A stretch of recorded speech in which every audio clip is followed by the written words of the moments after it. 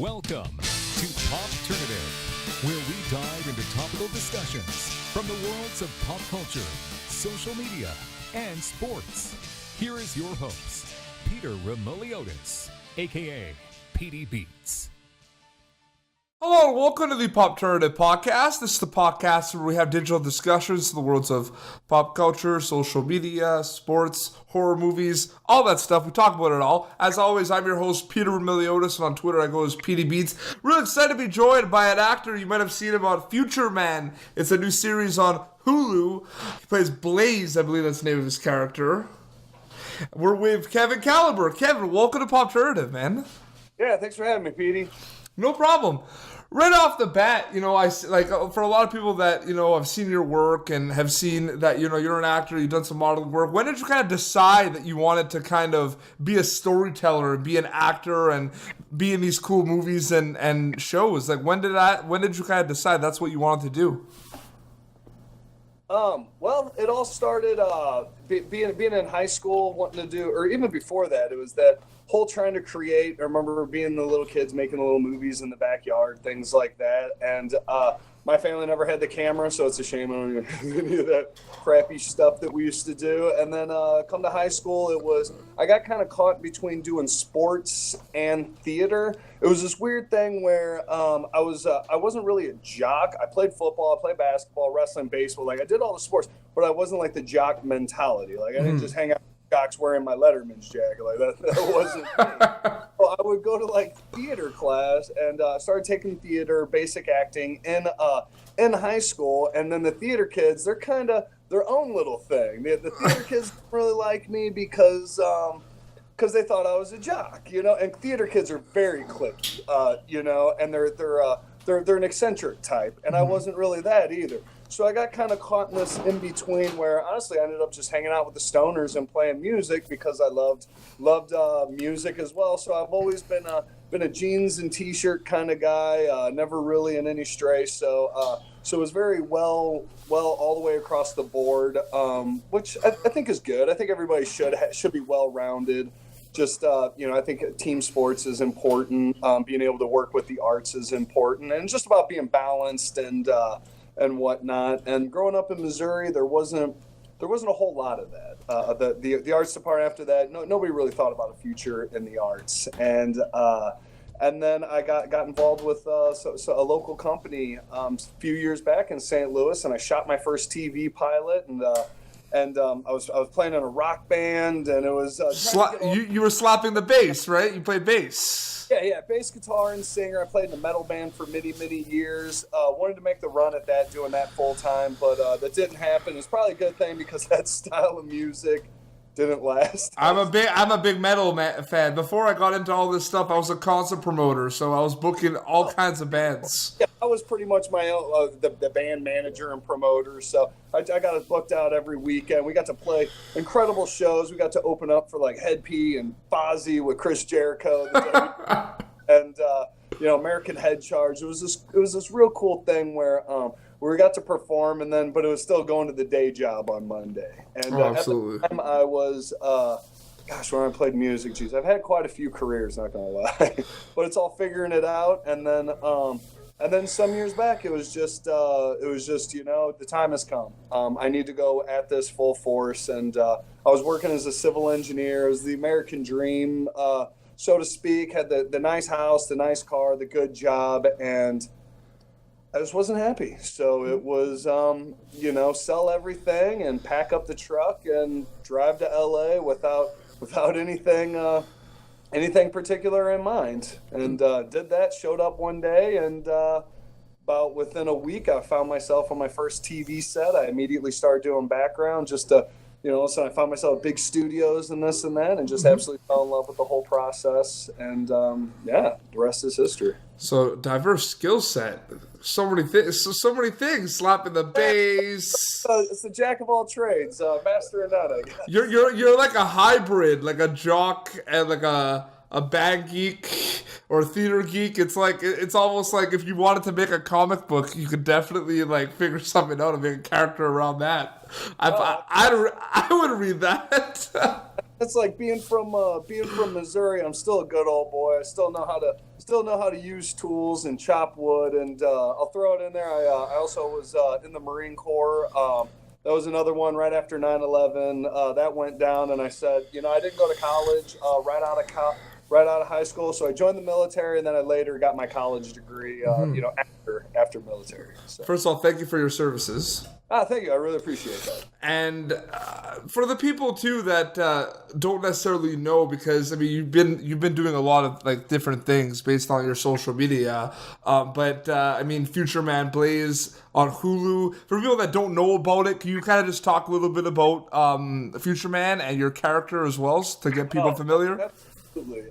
Future Man is it's about time travelers, so it's a little bit of sci-fi with the action, but with a lot of comedy involved. This is produced by Seth Rogen, his producing partner Evan Goldberg. They just do the cutting edge comedy. They don't hold back. And then the lead writers of Future Man are the same guys that wrote Sausage Party and The Night Before, which anybody who's familiar with either one of them know that it's all out. They don't hold back. They have fun with it. It's about trying to be different. So with Future Man, it's time traveling. So they jump around to everywhere. They develop all these great characters. There's like this awesome naiveness that comes along with being a character from the future that knows nothing of the past, and vice versa. So with the parameters there, you can literally do anything that you want. And these guys are clearly they pay homage to lots of things. I myself I'm a character based in the 80s and early 90s, and every single time we're on screen, we're doing we're doing a ride up to something. I literally do Top Gun and Mad Max and Cocktail and Spuds McKinsey. And there's the pop cultural references are just they're all there.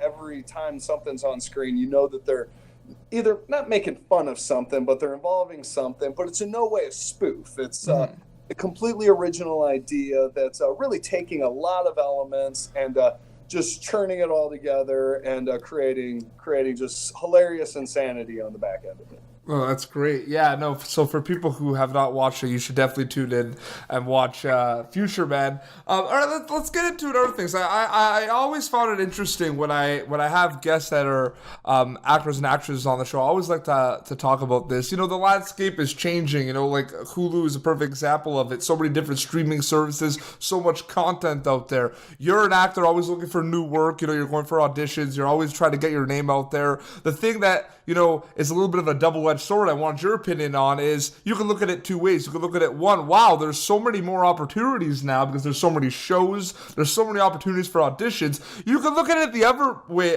the other side as well, though, Kevin, where you can look and say, wow, there's a lot of there's so many, but it could kind of be like competition because then everyone's going to kind of have the idea that you have and go for all these auditions. You try maybe not to think about the second one. You want to think about the more positive one, but the reality is it's a double-edged sword that this new dimension of the entertainment industry has presented. So I just wanted to know your input on all of that. Yeah, it really is tough. I think we're sitting at 57 outlets for original content. It's crazy.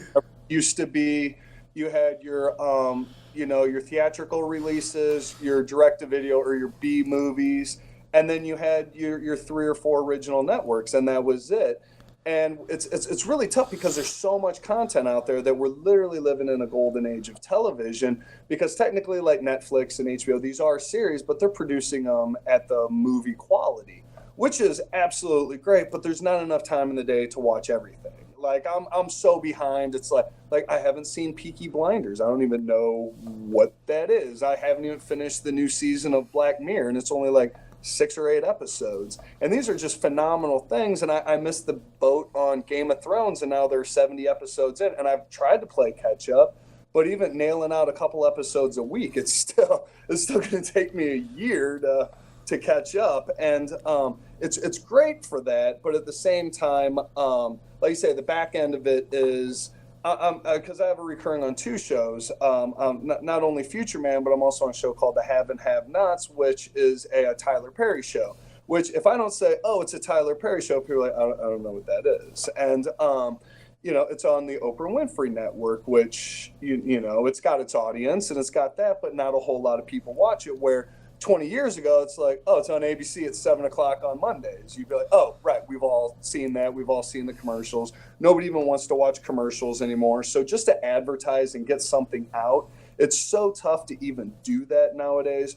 But as an actor, there's a lot of work, but because it is watered down, it does fall into these different categories. The new media kind of makes it tougher on actors in the sense that that one gig isn't going to be enough to completely live off of. Mm-hmm. Like you have to spread it out. You have to take lots of gigs to fill your time. There's no more network shows, 24 episodes, and you're good. It's you're not shooting 9 months out of the year anymore. Now you're shooting 2-3 months out of the year. You're shooting 8-10 episodes. That's if you're a series regular. Mm-hmm.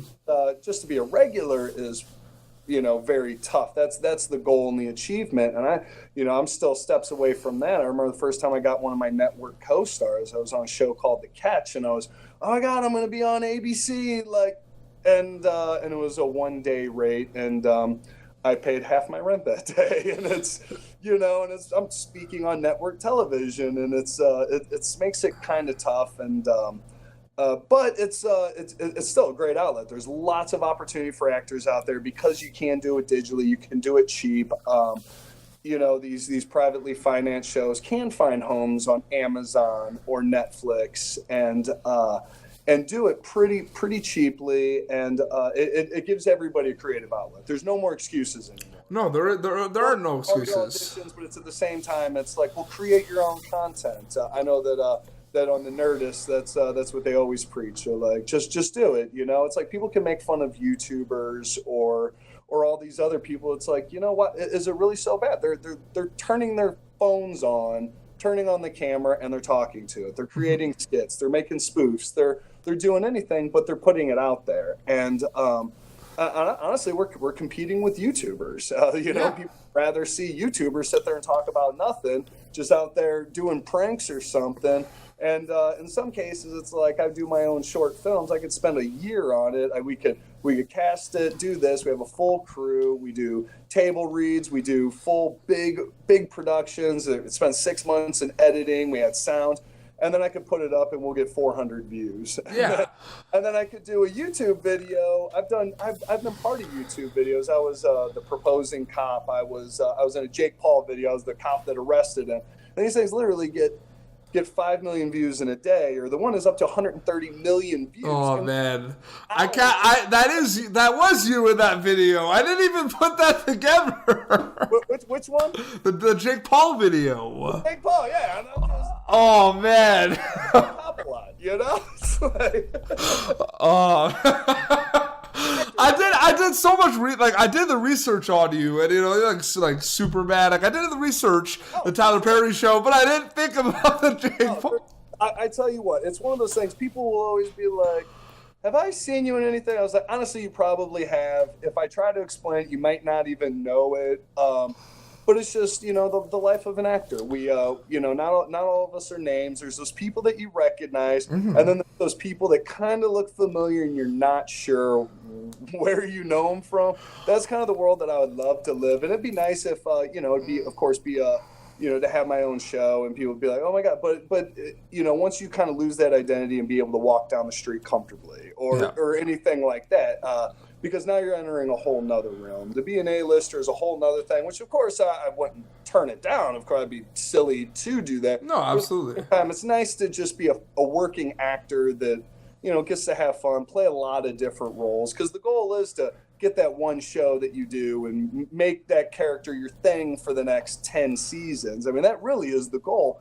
But at the same time, it's nice to be able to, this week I'm playing military, which is great. I'm playing a military role this week. Next week I'm back on a film set playing a cop. I just booked another role in another horror movie, being the jerk. It's like, I enjoy having the variety. So that's like That's a that's a great segue into what I want to talk about: horror movies. Horror movies, I love it. So what I thought was really cool is, on the show we get a lot of guests from everywhere. I interview athletes, I interview actors and actresses. I had my first author on the show before we talk about horror movies. It's funny you mentioned it, about kind of being that guy that people know you about something, but you've just kind of like, you're not recognized as much. So I had Delilah S. Dawson. She was my first author ever I've had on the show, and she wrote the Star Wars Phasma book. She's a New York Times bestseller. She was telling me the story about how she went to like a Dragon Con and the lineup for like the panel was so long, and then she like was walking to the panel and people were like, no, you're cutting line, you're waiting for the ticket, and they're like, no, you gotta let me in, it will be worth it, trust me. Like, they didn't know it was her. Awesome. So I thought that was a good one. But yeah, horror movies, we love horror movies here at Pop Turnative. Rachel Matthews is an actress that's been on my show. She was just in Happy Death Day, the Blumhouse movie.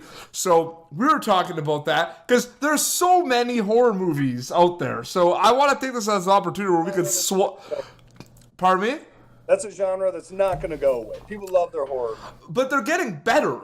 And I'm not saying the older ones are not good, but I mean, like, it's getting more, the creative aspect of it is unbelievable. Yeah, people like James Wan and them, they've just completely changed the game with what you could do on a budget. And then, of course, with like Blumhouse, it's so innovative that you don't have to throw $80 million budgets at these things, because then you almost put too much money into it. Now you're doing too much CGI. Now you're shooting too much, and the edits aren't ending right. Where if you talk to Blum, and he says, if you've ever listened to him on a podcast, he's like, very little hits the editing room floor because we're on a budget, we're on a schedule, so we know what we want. You go practical instead of big CGI, and it shows in the work.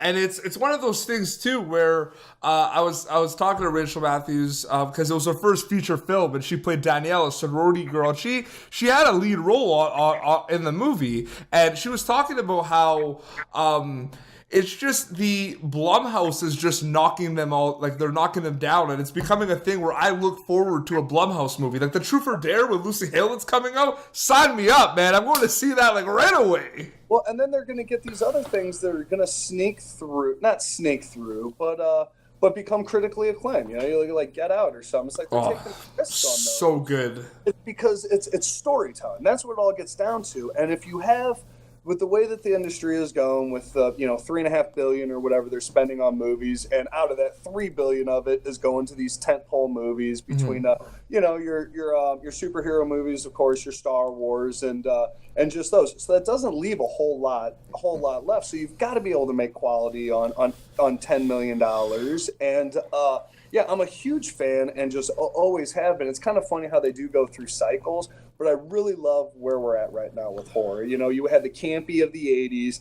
The 90s, they started kind of getting a little, taking themselves too serious. Then it became like your Scream, and then in the early 2000s, it was like just between Paranormals and Saws. Now it's like, oh, okay, you're back to the simplification of it, just a few characters that you're following, and now we're in a cool thing where the actors have to be able to act. They have to be able to tell us a good story. The jump scares are there, but it's not over the top. The goriness is there, but it's not over the top.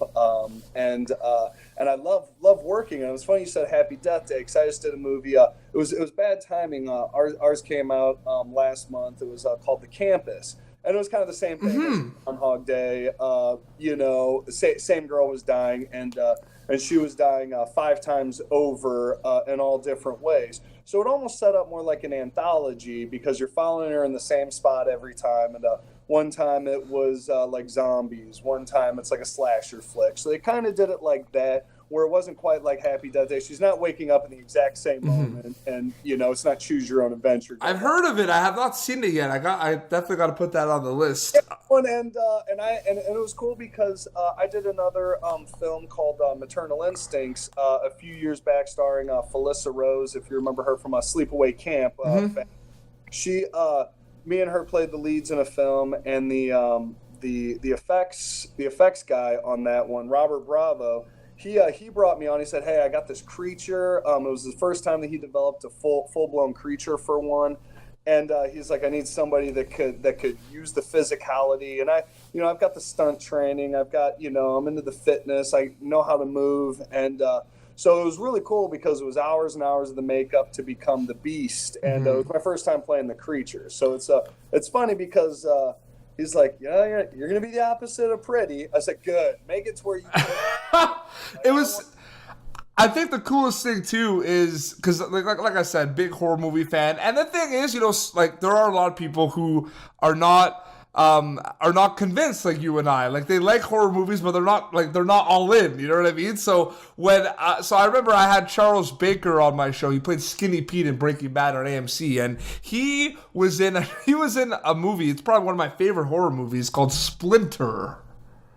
I don't know if you've seen it. It's about... No, but I never saw that one. It's a good one, and he's in it, and he didn't, like, I was like, you're one of my favorite... Like, when I introduced him on the show, I was like, he's in one of my favorite horror movies, Splinter, and you should have seen his eyes. Like, he was so, like, man, Skinny Pete, Breaking Bad, like, probably one of the best shows to ever, like, be on television, and he's like, this guy mentioned Splinter, a horror movie, like a campy horror movie. Blacklist, and he's, all this... Yeah, I worked with him one time. We worked on the Lethal Weapon pilot together. Lethal Weapon is like one of the hottest shows on TV right now, too. Yeah, we worked on the pilot together. He was one of the bank robbers, and so it was cool because I got a good chance to talk with him, and it was kind of the same, Skinny Pete. It's what are some of the favorite?